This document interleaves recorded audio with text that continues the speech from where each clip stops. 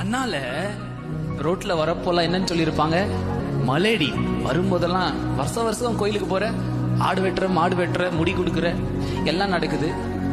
ஆனா குழந்தை ஒண்ணு உருவாகலையே, வயிற்றுல நிக்கலையே அப்படின்னு பேசியிருப்பாங்க. அப்ப நிறைய பேர் சொல்லுவாங்க, பிரதர் மூஞ்ச காட்ட முடியல, இல்ல இப்படி இல்ல தலை காட்ட முடியலன்னு சொல்லுவாங்க.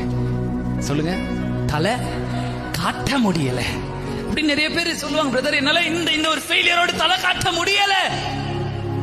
அப்ப அண்ணால் நடந்து போற முதல்ல அவருக்கு ஒரு பேர் அண்ணால மறந்துச்சு, இவள் ஒரு மலடி, இவள் ஒரு மலடி, ஏதோ ஒரு சாபம் இருக்கிறது அப்படின்னு பேசின வீதி எல்லாம் சாமுவேல் நடக்கும் போது பயந்ததாமா. பாருங்க, அம்மா நடக்கும் போது கேலி பண்ணாங்க, இப்போ பிள்ளை நடக்கிறா, பிள்ளை நடக்குது.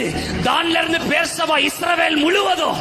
இப்ப சொல்லட்டா, உங்க வீட்டுல உங்க அப்பா அம்மா நடக்கும் போது யாரெல்லாம் கேலி பண்ணாங்களோ, நீ நடக்கும் போது அவங்க சொன்னாங்க தலை காட்ட முடியல, நீ சொல்லு என் தலையை அவர் உயர்த்துவார், என் அவர் கூட இருக்கும் போது என் தலையை அவர் உயர்த்துவார். கொஞ்சம் ஜெபிங்க.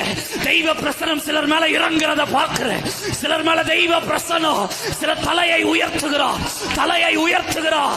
அவங்க சொன்னாங்களா நீ மலடி, உன் வாழ்க்கையில எதுவுமே நடக்கல, சாபம் இருக்கு, நீ சொன்னிய தலை காட்ட முடியலன்னு. இப்ப ஜெபி, என் தலையை கர்த்தர் உயர்த்துவார், என் தலையை கர்த்தர் உயர்த்துவார்.